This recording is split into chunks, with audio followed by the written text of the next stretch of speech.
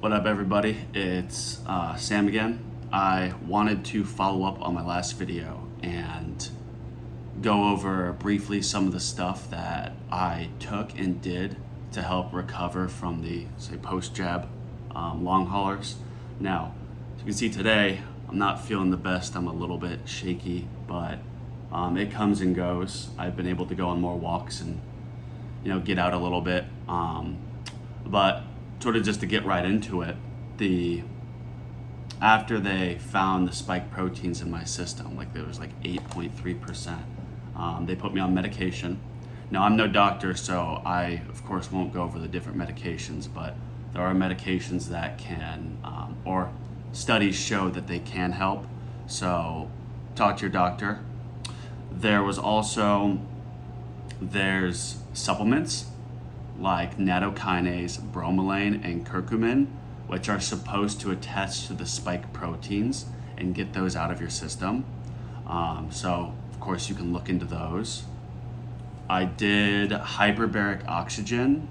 My ear has, like, even today, it's like got pressure in it. It feels like it needs to pop, but it just hurts. The hyperbaric oxygen helped a bit with that. So hyperbaric oxygen is supposed to help you heal. So I did a bit of those. I feel like I kind of hit a plateau though, so I stopped doing it.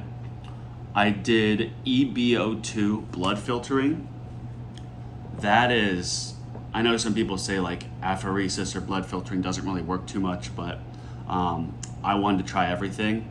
There was like a tub where it would put the like foam that came from your blood with like the bacteria and stuff, and it was not pretty. So I got a lot of stuff out.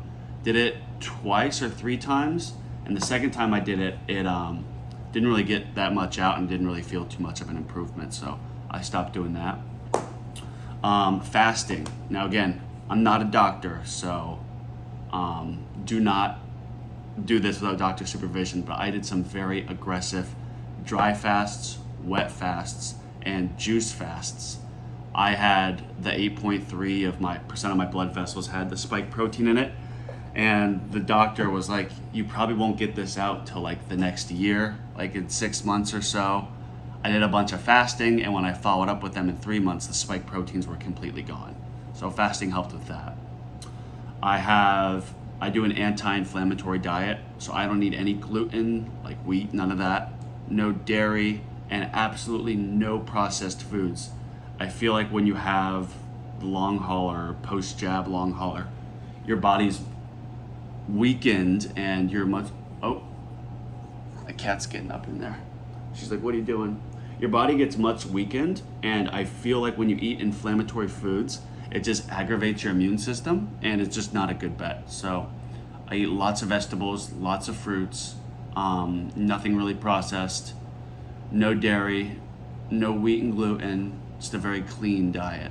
It's also easy to maintain weight that way, because since I can't really be too active, if you eat a healthy diet without processed foods, you're not really going to put on as much weight as if you were eating McDonald's and processed foods all the time. Another big thing is the PEMF, pulsed electromagnetic frequency. I've got a PEMF like bed mat thing, not like a full bed, but it like sandwiches me in.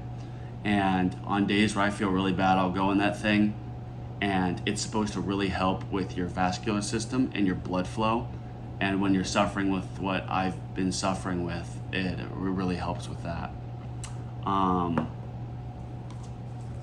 Oh yeah, and then I'm doing a bit of, as my cat runs around, I have some like really hippie stuff like tuning forks, and then I also am on some homeopathic treatment. So when you've been through what I've been through, you'll try anything and everything as long as it doesn't like hurt you, of course, just to try to get your health back. So some stuff works.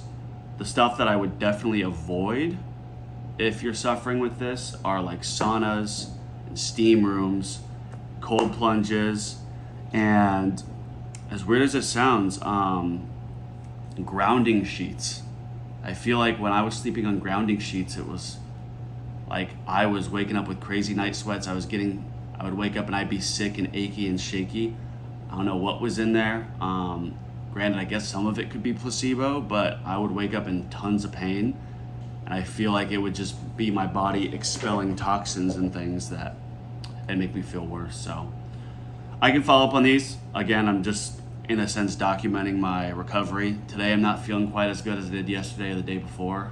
It's up and down with this, but yeah, comment if you have any questions. I'm making these videos because I think I know that there's other people out there who are suffering with something similar to what I'm suffering with, and it doesn't seem like there's really anyone talking about this and what they did to get better. Because when I was sick, I would look for people's stories on how they were recovering from the post-jab long haulers, and I couldn't really find anything. So that's the purpose of me making this. Reach out to me in the comments if you have questions or I can help, and we will talk to you later. Bye.